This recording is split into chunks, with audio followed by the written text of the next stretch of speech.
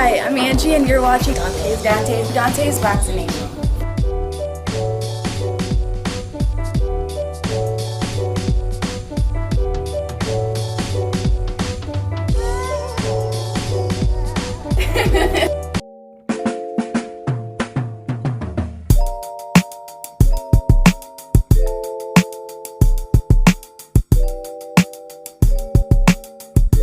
Now check this out. If any of you guys want to learn how to speak and read the original biblical Hebrew words, I want you to go over to zionlawschool.org. You will receive an overview of Phoenician Hebrew, grammar, parts of speech, nouns, verbs, prepositions, etc. This brother that founded this website, he's a doctor and he's a neighbor of mine, at least in a neighboring country. Because you know I live in Thailand and he lives in Vietnam. Now he's also selling 3 books, and each book that you buy comes with free online live courses. He has Phoenician Hebrew 101, I Can Read, and 911 Iber Yath Rescue. So if you want to learn more about your roots and you want to learn how to speak the original biblical Hebrew language, I want you guys to go over to zionlawschool.org.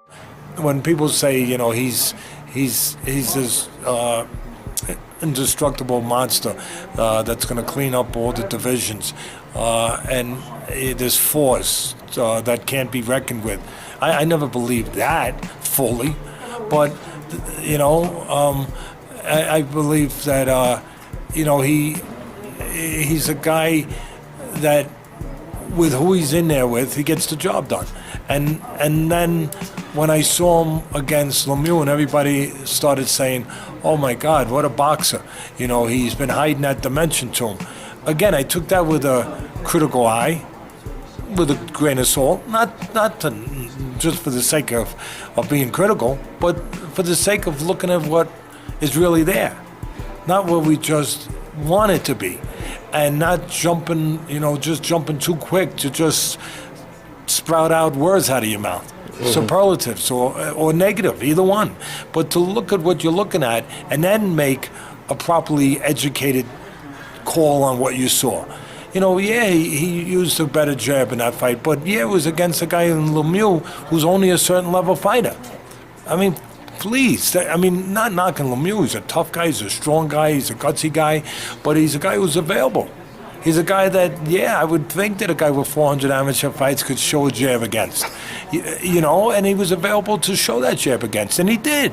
But does that make him, you know, Jake LaMotta? Does that make him Sugar Ray Robinson? You know, does that make him Carlos Monzon? Does that make him Marvin Hagler? No. Dante's Boxing Nation, what's going on, guys?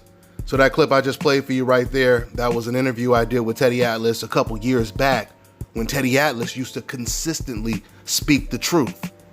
I don't know if he got compromised by the good old boys over there at ESPN or he just decided to switch it up on his own. I don't know. But in that clip, he was exposing Gennady Golovkin as the overrated fighter that he has proven to be. And I thought one of the realest things he said in that piece I just played is when he said, it's about telling you what's there, not what you want it to be. Because that's what old media always does. They want to tell you what they want it to be. They're not going to tell you what's there. So, you know, I have to give Teddy Atlas a lot of credit because it takes a courageous white man to go off code and speak the truth about a fighter who isn't black, particularly white, at least in this case. And with that being said, that brings me into the topic of discussion. So Teddy Atlas, he did an interview with Joe Rogan where he was talking about the corruption in the sport of boxing. He talked about it for a very long time. You know, how it needs to be more structured like the NFL. There needs to be, you know, a united commission, etc., etc. And then it got more serious. When Teddy Atlas, you could tell that he felt uncomfortable going into it. And he was like, you know, people always start off like this when they're about to say something about racism. They always start saying stuff like, I don't really want to go there and I don't want people to take this the wrong way. He started saying all of this kind of stuff. Matter of fact, I'm gonna go ahead and play the clip of what he and Joe Rogan said, and then I'll be right back. And the people that come into it and everything else, and I'm not going to get into all the other stuff that you could get into that, you know, is so popular to get into in some ways nowadays. You mean like racism? Yeah. Right. I'm not going to get into that because I don't want to, and I don't have, you know, definitive things to show for that. I just know how I Well, the perception of the feel. sport. Okay, guys. So you seen how Teddy Atlas, he was trying to find a way to say it, and then Joe Rogan, he just threw it out there. So the first question you have to ask yourself is, how is it Joe Rogan, he already knew that that's exactly what Teddy Atlas was alluding to when he said racism? You know why, guys? Because what's understood doesn't have to be explained. This is proof that everyone knows the racism, the racial double standards that exist in the sport of boxing, MMA, and outside of these sports. But because America is such a racist country that it becomes almost taboo to even expose racism.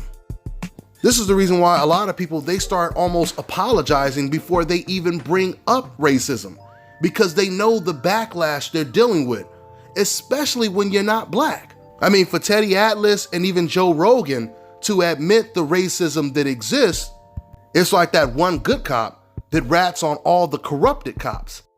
Even though that cop, he knows it's the right thing to do, to turn these corrupt cops in, he knows the type of backlash he's going to deal with. I mean, he may lose his job, depending on how corrupt that department is. He may even lose his life, depending on how corrupt they are.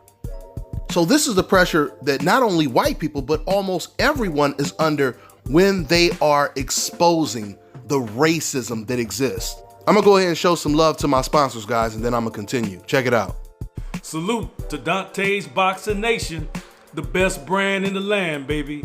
And to all of the DBN family, I would like to take the opportunity to introduce myself. I go by Tank Commander Zulu, and I represent the Real Man movement. I have a new YouTube channel, y'all, and I would like everyone to become a subscriber. On the channel, I deal with positive male enforcement. I deal with combat-connected and trauma-connected PTSD. I deal with the community builders inside of the community and see if they are really representing us or not. I bring on interviewers that represent the community and who have impacted the community in a positive way. So don't forget, and I please invite everyone to subscribe to Tank Commander Zulu and the Real Man movement. Fire in the hole, baby.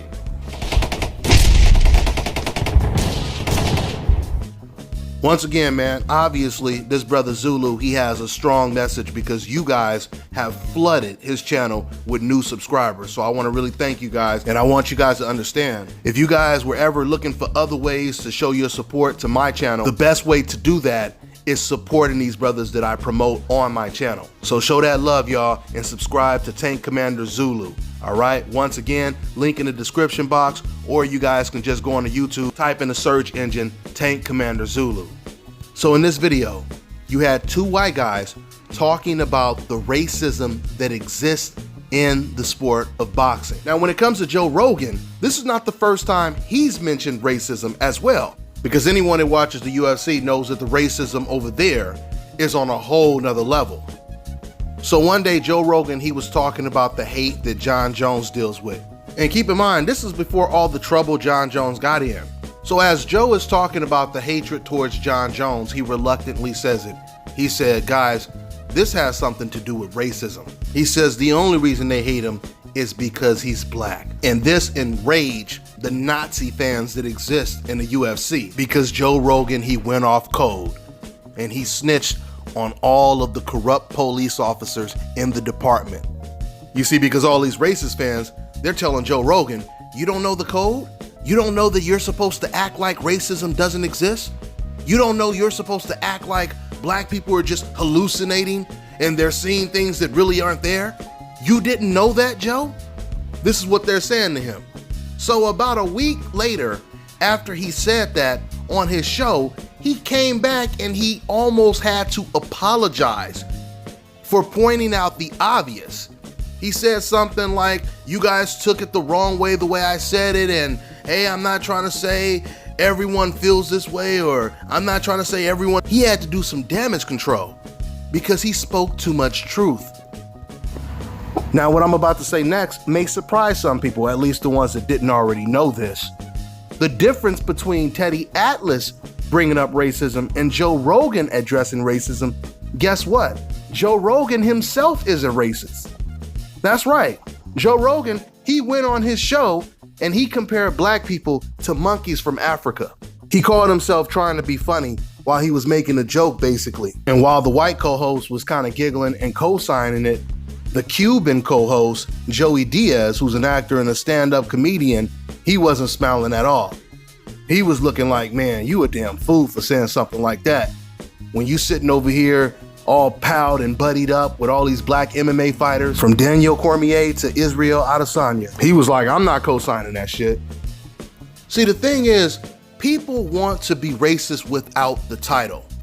This is the reason why whenever you see one of those videos go viral where some racist person is going on a tirade saying every racial slur in the book, and then they finish it off at the end, they always end it by saying, and I'm not a racist, right? Because they want to be a racist without the title.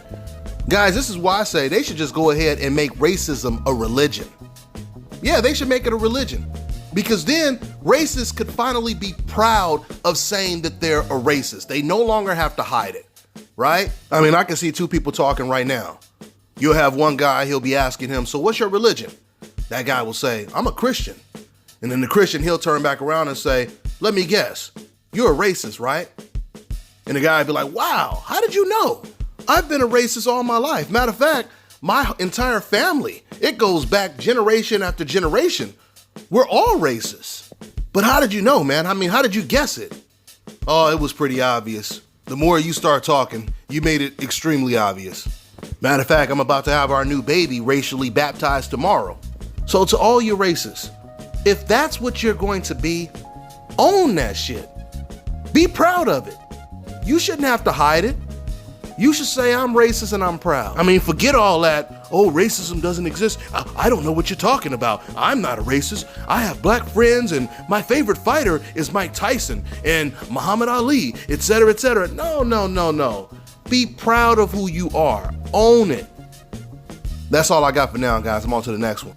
What's up, DBN family? It's your boy Nate Drink checking in and asking you for your support on my channel, Nate Drink 1, and also on my show channel, A Drink of Wisdom, which is comprised of myself, Jay Wise, and Cody Ward.